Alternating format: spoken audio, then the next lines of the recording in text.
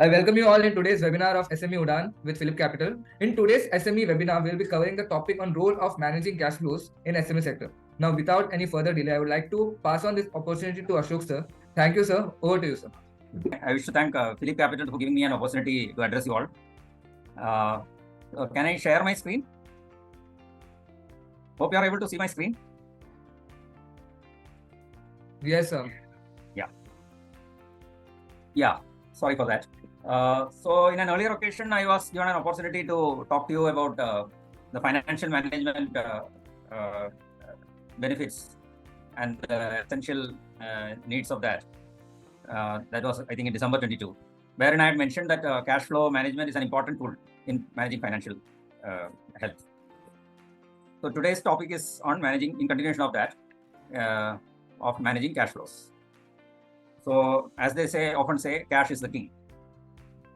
It is very highly important to know where cash is coming and going. It's very common to see very profitable businesses fail. What can be the reason for that? One of the main reasons. So cash is the lifeline of any business. A good financial management is the key to success of business. And cash flow management, as I said, is an important tool in financial management. So it involves tracking and controlling how money comes in and goes out, so that the requirement of future cash flows can be predicted accurately. Now, how crucial is financial health? Success of any business usually depends on its financial health. A good financial health enables the business to navigate through the rough patches of business. It helps in raising funds easily. No investor would like to invest in a company which doesn't have a good financial health. Then cost of funds directly depends on the financial health and credit rating of the organization. So better the financial health, lesser will be the cost of funding. You will get a better interest rate if your financial health is good. It also assists in obtaining good valuation, better valuation. This is helpful in the case of startups where the initial requirements of funds were met by bootstrapping methods, and the promoters would like to bring in investors. So at that time, if the organization has got a good financial health, it will help giving better valuations. So what is cash flow? Cash flow is the movement of cash in and out of your business, as I mentioned earlier. It is typically tracked weekly, monthly, or quarterly, depending on the conditions in which and the industry in which the organization functions. So we have a positive cash flow when the cash entering the business is more than the amount of cash leaving the business. And vice versa, we have a negative cash flow when the cash outflow is more than the inflow. However, it may be noted that a negative cash flow is not always seen as a negative position. Like in the case of a planned expansion, there would be an initial cash outflow which will be made good later on. So that is a good thing. Now coming to the necessity of managing cash flows.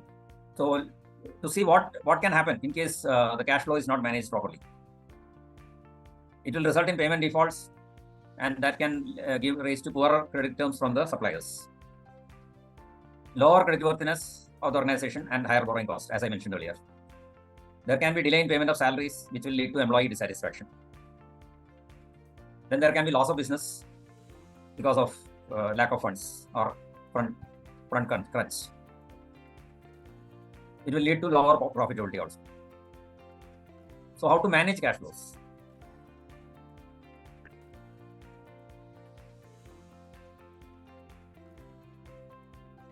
So first thing is to understand the timing of how the cash inflow comes from sale of services, sale of goods and services, and the outflows for purchases and expenses. Then this you will come to know if there is a time lag between the two. Then in that case, you have to find ways to reduce the time lag. It can be done by either reducing the credit period for your sales, and by increasing the credit period from your purchase end or expense end, or it can be both. Then assess the availability of cash to fill the gap. In case there is a shortage, arrange for means to meet the shortage. That is, so far we have been speaking for the past and present. So you have to have a projected cash flow and a plan to match the cash flows, inflows and outflows in future. how to assess the requirements of cash. So some critical factors have to be considered. First one, naturally, as I mentioned, how much cash comes and goes in your regular operations. Plus, if you have some repayment obligations in your loan, how much cash is required for that. Then many businesses have short-term needs, seasonal requirements, like in the case of festive season. So how much cash is required on a seasonal basis? Additional cash. One important point is to understand your working capital cycle. Working capital cycle means how much time it takes from the time you purchase a raw material, complete the production, market the goods, arrange the goods to reach the market, then the sales. After the sales, how fast you collect the proceeds. So that is one cycle. So lower the time of the working capital cycle, the more times you can roll your working capital. So that much more profit can be earned during a fixed period like a year, let us say. Then you should also have in view the contingency requirements, and have some liquidity kept aside for that. So when I said earlier, if there is a shortage of fund, you have to arrange some source of funds for that. So these are the common sources from which you can arrange the funds other than your own funds. So these are the cash. There are cash credit facilities available from bank. Then there's a bill discounting facility where you can discount your sales bills and collect the money from the bank, irrespective of what is the credit period you give to your customers. Then there is a letter of credit where the customers can give you a credit, whereas they can get the payment immediately. So that will help easier procurement. Not customers, that's your suppliers in the case of letter of credit. Then credit cards, even now banks issue credit cards to companies also. Then term loans from banks and NBFCs to meet long-term and medium-term requirements. That is mainly for financing of assets. So far, we have been discussing about what is cash flow. Now, how this cash flow is measured. So for that, we prepare a cash flow statement. So this is basically an accounting statement. So this cash flow statement is a financial statement that summarizes the movement of cash and cash equivalents that come in and go out. Cash equivalent means your current account, bank balances, short-term deposits, which can be easily liquidated. So they are included cash equivalents. The cash flow statement measures how well a company manages its cash position. It also helps its creditors or prospective creditors to understand whether cash is available to pay them back. And basically, cash flow statement has got three components, mainly cash from three areas: cash from operating activities, cash from investing activities, and cash from financing activities. Now, let us see how a cash flow statement is structured. So first is cash from operating activities. So receipts from sales of goods and services, your usual cash inflow. Then interest payments on regular borrowings. Then tax payments, GST, indirect tax and direct tax payments. Then payments made to suppliers of goods and services, the normal course of business. Salaries and wages paid to employees. Rent payments, and any other type of operating expenses. These are basically the activities coming under operating activities. Now the cash from investing activities. So your surplus cash will be invested somewhere. So that from there, if there is a return, and whatever you withdraw from that will come under cash from investment activities. Then purchases and sales of assets, which are not trading assets, fixed assets and all. Then loans made to vendors and received from customers. These are not advance payments; these are loans actually. Then payments related in case of mergers and acquisitions. If you are going to acquire some business, so that is an investment. So that is an outflow coming under investing activities. Then these are the financing activities. Cash from investors. When investors come in, they bring in cash. That is coming under financing activities. Loans received from banks and financial institutions. Then cash paid to shareholders, which is mainly in the form of dividends. Then repayment of debt, principal amount of loans that are made by the company. So this is a model of the cash flow statement. So first part is operating activities. So here, as I mentioned, payment for products, payment for operations, interest payments, taxes, extraordinary items. Extraordinary items include things which are not coming in a regular manner, but it is part of your normal business activities. Then investment activities, purchase of fixed assets, interest received on investments. Then financing activities, short-term loans, long-term loans, new equity issued. So under each item, you can see the net cash flow from each activity. Then total gives the net increase during the period. Then that if you add to the cash available in the beginning of the year, will give the closing cash balance. This is the basic structure of a cash flow statement. Then issues, there can be many issues which come up when in cash flow management. So there can be challenges which are disruptive also.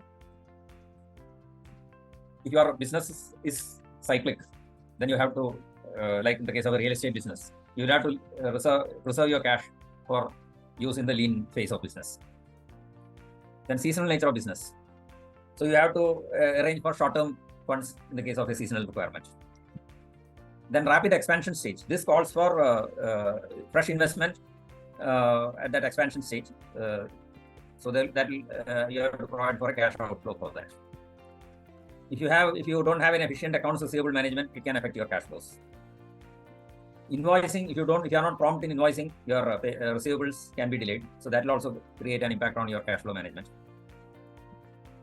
If you don't properly forecast the needs of your cash flow for future, that can also create a cash flow mismatch in future. Here are some tips to improve the cash flow. So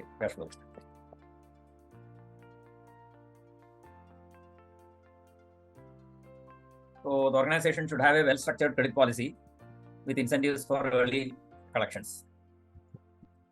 Then a suitable credit risk insurance policy is very useful to take care of bad debts so that you don't suffer immediately. The insurance company will compensate you for that. Progressive invoicing in big orders with agreed milestones. Suppose you have some huge orders for which invoicing till the end of the period may delay your payments. So for that, you can agree with the customer for a progressive schedule of invoicing by which you can get some payments on each agreed milestones.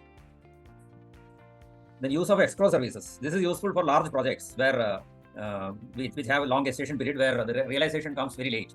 So how will you finance the needs of the goods and services to be used in the project? So for that, what can be done is you can use an escrow account where the customer will pay the amount and it can be used exclusively for the purpose of the project alone. Liquidate non-moving or slow-moving stock and dispose of unused assets so that you can unclog your cash which is stuck. Optimize outflows by negotiating favorable payment terms with suppliers. Then constantly review and control expenses. And you should have a backup plan like an emergency line of credit or some reserve cash where you can fall upon for meeting emergency requirements of cash so that your business activities don't suffer. So now we live in a VUCA world and most of the SMEs are impacted by the characteristics of a VUCA world. What is a VUCA world? VUCA means a world full of volatility, uncertainty, complexity, and ambiguity. So you'll have to strategize to survive and thrive and be more efficient to weather the ups and downs of the VUCA world. So some specific inputs for these strategies, which I would like to propose are, so if your supplies are, if you expect some major disruption in your supply because of some vendor going bankrupt or some other reason, then you need to stock inventory. For that, you would need more cash. So you'll have to adjust your budget accordingly to operate in a leaner manner and preserve cash.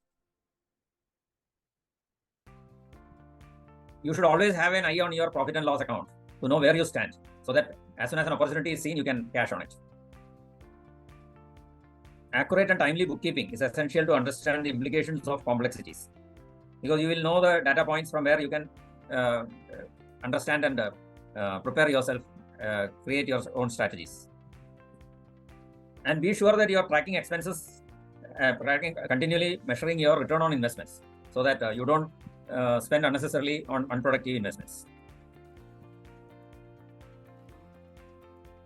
So technology can help in a big manner because now in this world we have a good assistance from technology.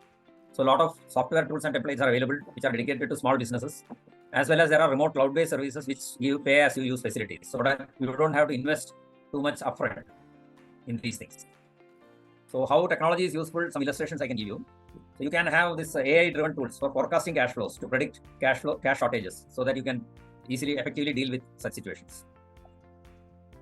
There are very good accounts receivable management systems available, which can track receivables and even generate auto mails for overdue invoices. There are good inventory management systems available, which can promptly identify slow-moving and non-moving inventory, so that you can unclog your working capital stuck there.